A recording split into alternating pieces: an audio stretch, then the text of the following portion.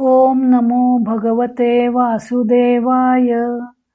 सार्थ सुबोध ज्ञानेश्वरी. लेखन व वाचन सौ मनीषा भास्कर अभ्यंकर, महाराष्ट्र, मिरज 416410.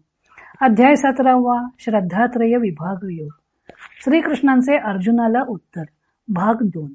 ओवी आहेत 49 ते 56. ज्ञानदेवांचे भगवंत अर्जुनाच्या प्रश्नाला उत्तर देताना प्रथम श्रद्धा त्रिविध कशी होते ते सांगत आहेत. म्हणे पार्था तुझा अतिसो, हेही आम्ही जाणत असो. जे शास्त्राभ्यासाचा आडसो, मानितोसी की. देव म्हणतात, अर्जुना तुझा आग्रह आम्ही जाणत आहो असे समज. तू शास्त्राभ्यासाची अडचण मानित आहेस ना. नुसधी याची श्रद्धा, झोंबो पाहसी परमपदा. तरी तैसे हे प्रबुद्धा, सोहोपे नोहे. नुसत्या हव्या त्या श्रद्धेने परमपदाला म्हणजे मोक्षाला स्वाधीन करून घेण्यास पाहतोस, तर चतुर अर्जुना हे तसे सोपे नाही. श्रद्धा म्हणितली यासाठी, पाते जो नये किरीटी. काय द्विजू अंत्यज घृष्टी, अंत्यजू नोहे.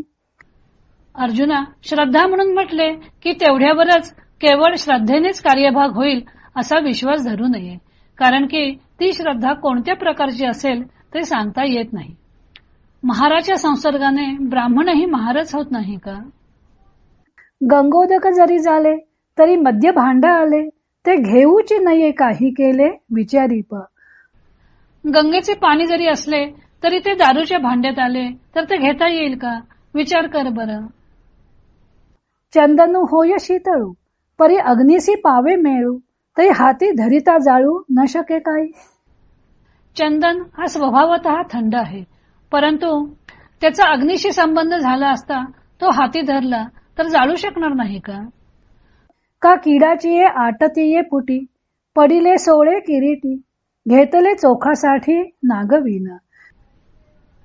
अथवा अर्जुना हिणकस सोने आटवीत असलेल्या मुशीत उत्तम सोने पडले असता, त्याचा हिणकसाशी संयोग झाल्याने ते हिणकस होईल असे असता ते सोने उत्तम आहे अशा समजुतीने घेतले तर त्यापासून नुकसान होणार नाही का.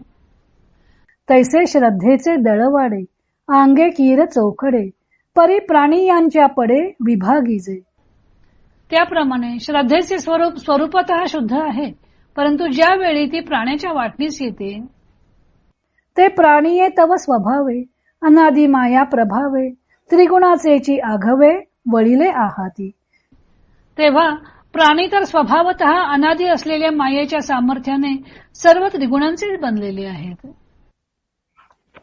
अर्जुनाच्या प्रश्नात त्याला शास्त्राभ्यासाची अडचण जाणवत आहे आणि त्यामुळे तो केवळ श्रद्धेच्या बळावर मोक्ष प्राप्ती करून घेऊ इच्छित आहे हे श्रीकृष्णांना दिसून आलं. म्हणून त्याच्या प्रश्नाच्या रोखाने ज्ञानदेव म्हणतात की शास्त्राभ्यासाची अडचण आहे म्हणून तू नुसत्या श्रद्धेने परमपदाची प्राप्ती करून घेऊ इच्छितोस, परंतु ती गोष्ट तशी सोपी नाही. कारण त्यासाठी श्रद्धा कोणत्या प्रकारची आहे ते पाहावे लागेल. श्रद्धा ज्या प्रकारची असेल त्यानुसार तिचं फळ मिळणार. ज्ञानदेव यासाठी काही दृष्टांत देतात. अंत्यजाच्या संसर्गाने ब्राह्मण सुद्धा अंत्यज होत नाही का.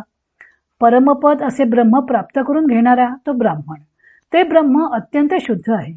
तेव्हा ते प्राप्त करायचं असेल तर तशीच शुद्धता अंगी हवी. पण अंत्यजाच्या सहवासाने शुद्धता राहिली नाही तर त्याचे ब्राह्मणत्व लोप पावते. येथे आलेले जातीवाचक उल्लेख हे त्या काळात जाती व्यवस्था किती दृढ होती हे दाखवतात. ब्राह्मण, क्षत्रिय, वैश्य व शूद्र अशा 4 वर्णांमध्ये सुद्धा आपापसात खान पान किंवा विवाह होत नसत. प्रत्येक जण जाती व्यवस्थेचे बंधन काटेकोरपणे पाळत असे, असे या दृष्टांतावरून दिसून येतं. त्यावरून ज्ञानदेवांना ही जातीभेद व्यवस्था मान्य होती की नव्हती अशा शंका कुशंका काढू नयेत. दुसरा दृष्टांत आहे चंदनाचा.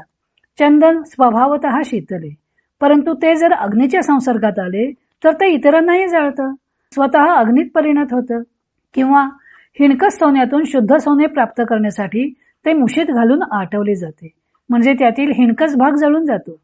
हिणकस सोने आटवत असता त्यात जर शुद्ध सोने पडले तर तेही ते किडाळाच्या संसर्गाने अशुद्धच होते आणि ते संपूर्णपणे न आटवता घेतले तर घेणाऱ्याची नागवणूक होते. त्याला शुद्ध सोने न मिळता कीटाने युक्त असा सोनं मिळतं. ब्राह्मण, चंदन आणि सोन्याप्रमाणे श्रद्धा सामान्यपणे शुद्ध आहे, पण ती ज्या प्राण्याच्या वाट्याला येते त्याप्रमाणे ती होते. कारण प्राणी मात्र प्रकृतीपासून बनलेले असल्यामुळं तेही त्रिगुणांनी युक्त असे असतात. पुढे ज्ञानदेव श्रद्धा त्रिविध कशी होते त्याचे विवेचन करणार आहेत. तो भाग आपण उद्या पाहू.